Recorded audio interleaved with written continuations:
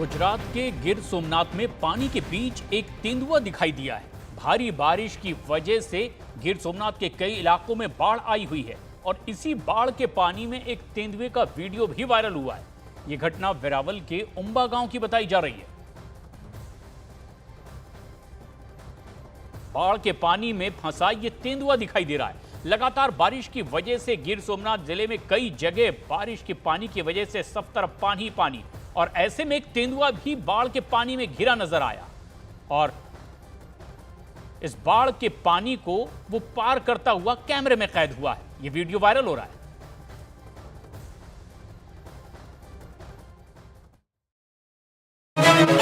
असम के मुख्यमंत्री हेमंत बिस्वा शर्मा ने मुहर्रम में फिलिस्तीन का झंडा लहराने वालों पर कार्रवाई की मांग की। कहा, सोरेन सरकार को लेना चाहिए एक्शन। पश्चिम बंगाल के नदिया का बीजेपी नेता शुवेंदु अधिकारी ने किया वीडियो शेयर। ममता सरकार पर हिंदुओं से मिलने ना देने का आरोप लगाया। टीएमसी ने भी शुवेंदु अधिकारी का एक वीडियो किया शेयर, जिसमें वो हाथों में चप्पल लिए दिखाई दिए। टीएमसी ने शुवेंदु अधिकारी पर धमकाने का आरोप लगाया। आज रांची में झारखंड बीजेपी के विस्तृत कार्य समिति की बैठक को संबोधित करेंगे केंद्रीय गृह मंत्री अमित शाह। दोपहर 1:30 बजे श्री जगन्नाथ मंदिर मैदान में होगा कार्यक्रम। आज दिल्ली में बीजेपी हेडक्वार्टर पर विरोध प्रदर्शन करेगी आम आदमी पार्टी। अवैध रूप से पेड़ों की कटाई के मामले में प्रदर्शन करेगी आम आदमी पार्टी। झारखंड के पूर्व मुख्यमंत्री बाबूलाल मरांडी ने आदिवासियों को प्रताड़ित करने वाला मुस्लिमों का एक वीडियो शेयर किया। एक्स पर लिखा, ये लोग जीना मुश्किल कर देंगे। हरियाणा में अवैध खनन को लेकर ईडी की बड़ी कार्रवाई। सोनीपत के कांग्रेस विधायक सुरेंद्र पवार को किया गिरफ्तार। ईडी ने हरियाणा के पूर्व सीएम भूपेंद्र हुड्डा के खिलाफ शुरू की जांच। गुरुग्राम में करीब 300 करोड़ रुपए की कीमत की 88 एकड़ जमीन अटैच की गई।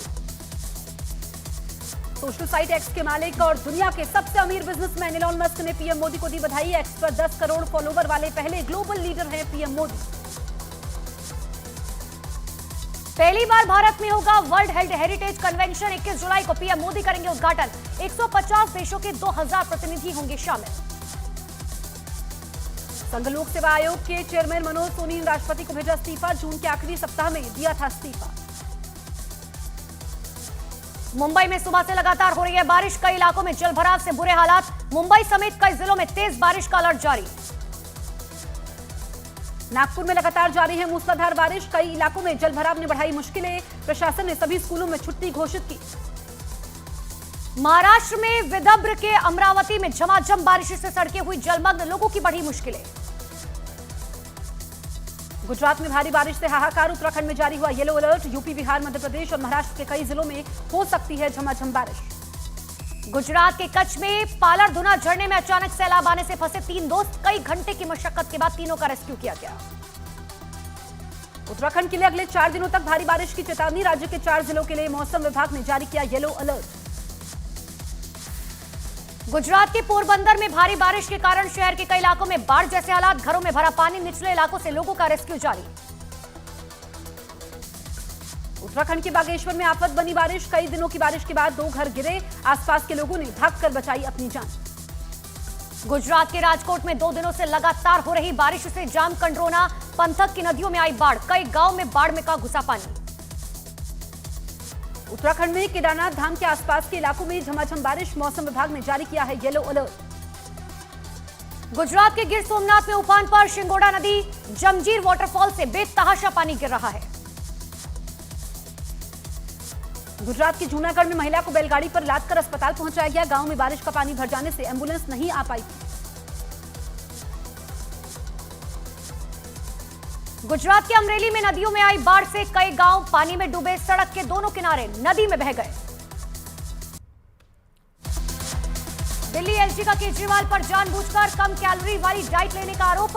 जेल की केजरीवाल की स्वास्थ्य रिपोर्ट के आधार पर मुख्य सचिव को लिखी चिट्ठी। एलजी के लेटर पर बीजेपी ने केजरीवाल पर साधा निशाना। वीरेंद्र सचदेवा बोले, स्वास्थ्य आधार पर जमानत पाने के लिए केजरीवाल का पैतरा है। आम आदमी पार्टी ने बीजेपी पर लगाया सीएम केजरीवाल को मारने की साजिश रचने का आरोप। आतिशी बोली, केजरीवाल का शुगर लेवल बन सकता है ब्रेन स्ट्रोक का कारण। कावड़ रूट की दुकानों पर यूपी और उत्तराखंड सरकार के आदेश पर सियासी घमासान। कावड़ियों ने किया फैसले का स्वागत। विपक्षी दलों ने किया कड़ा विरोध।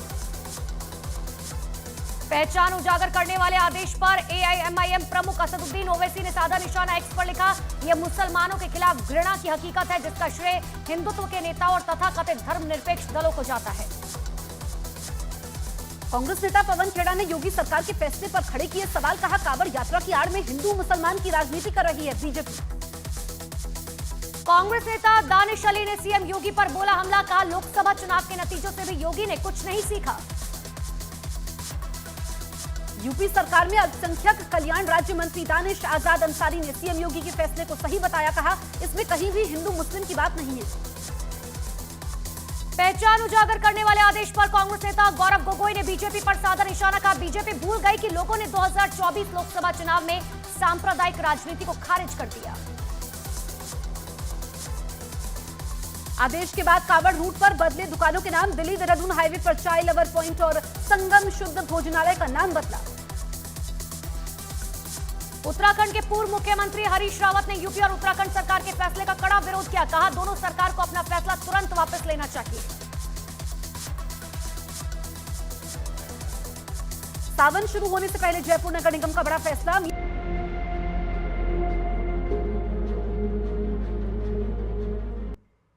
नमस्कार, आप देख रहे हैं न्यूज 18 इंडिया। मैं हूं आपके साथ जसप्रीत कौर। बड़ी खबर आज की आपको बता दें, यूपी में कांवड़ यात्रा के सभी रूट पर नेम प्लेट जरूरी कर दी गई है।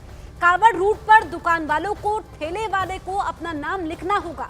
दुकान का नाम जो है वो है, लेकिन दुकान पर संचालक या मालिक का नाम लिखना होगा। राज्य सरकार के मुताबिक उत्तर प्रदेश में यह फैसला कांवड़ यात्रियों की आस्था की पवित्रता को बनाए रखने के लिए किया गया है। तो कांवड़ यात्रा पर उत्तर प्रदेश सरकार ने जरूरी आदेश जारी कर दिया है। कांवड़ यात्रा के रूट पर दुकानों और ठेले रेहड़ी वालों को अपना नाम उजागर करने को कहा गया है।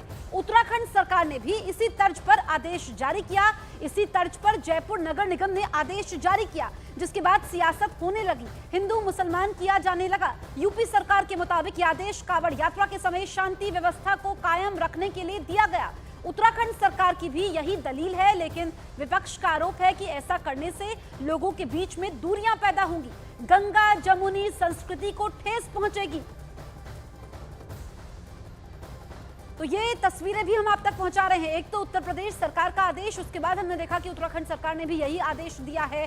5 तस्वीरें आपके सामने हैं।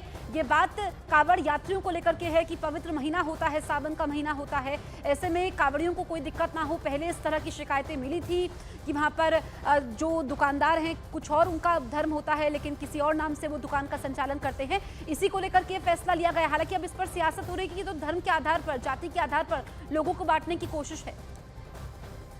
ज्योतिर्लिंग है, वहाँ पर भोले बाबा के भक्त लोग जाते हैं और जो सवाल उठा रहे हैं, मुझे लग रहा है कि उनको सवाल जो उठाने का काम है वो केवल शुद्ध रूप से मुस्लिम तुष्टीकरण की राजनीति कर रहे हैं। इसके अलावा उनका कोई विजन नहीं है, कोई मिशन नहीं है।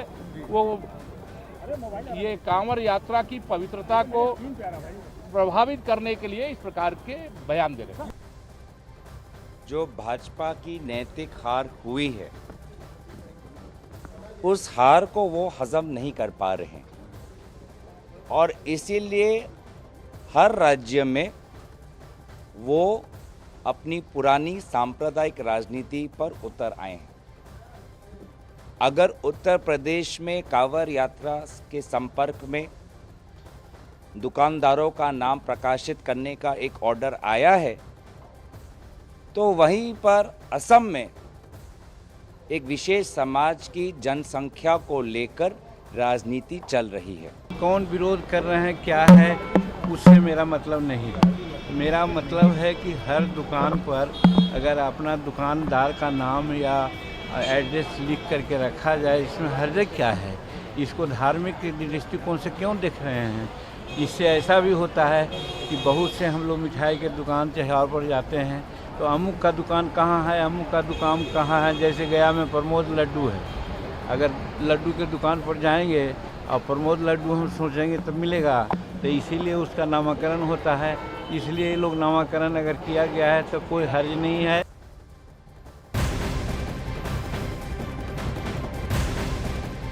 बड़ी खबर आप तक पहुंचा दें मध्य प्रदेश से। मध्य प्रदेश में भी दुकानदारों के नाम उजागर करने और अपनी पहचान बताने की मांग होने लगी है।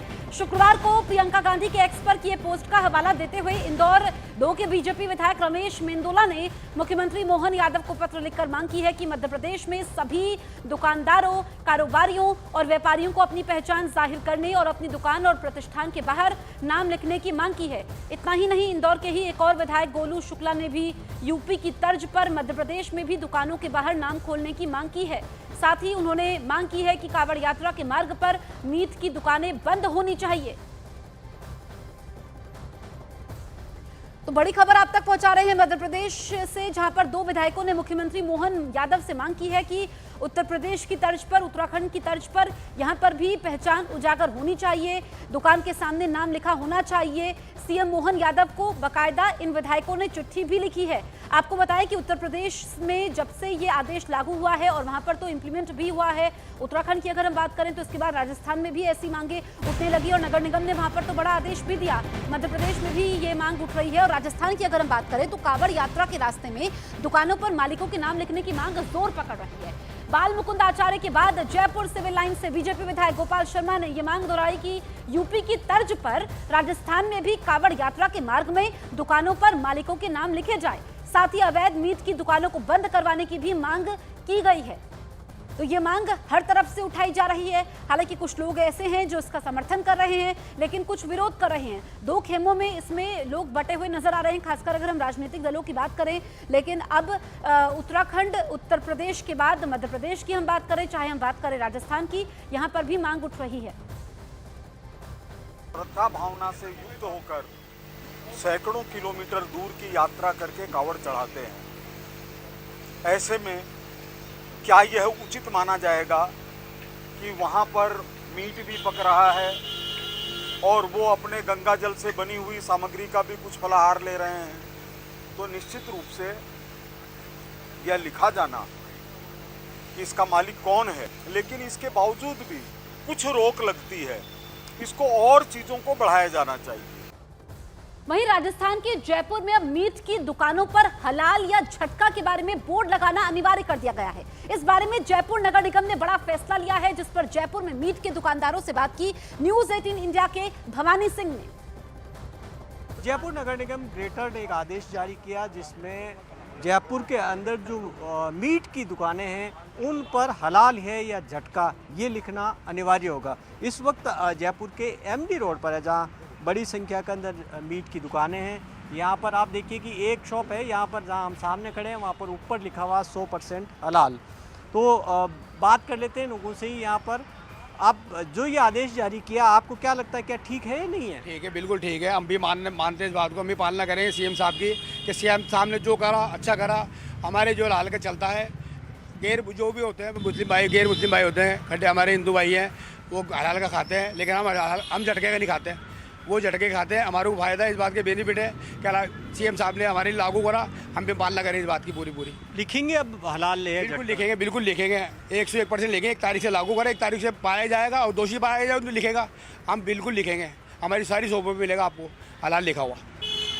ठीक है आदेश? बिल्कुल जो भी हमारे को गवर्नमेंट ने जो भी आदेश है उसका पालना हमारे को करना है और इंशाल्लाह जो पब्लिक के लिए लिखना भी चाहिए, हलाल की जगह हलाल भी लिखना चाहिए। झटका और हलाल वाला आपको क्या लगता है कि ये लिखना ठीक है और लिखना चाहिए? ये लिखना गलत है।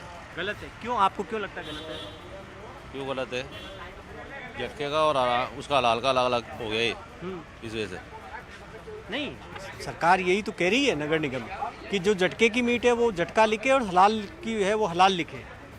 ऊपर दुकान के ऊपर बोर्ड पे लिखना चाहिए। तो सरकार क्यों कह रही है इस पर? अब ये जो चाहे कर सकती है गवर्नमेंट ने।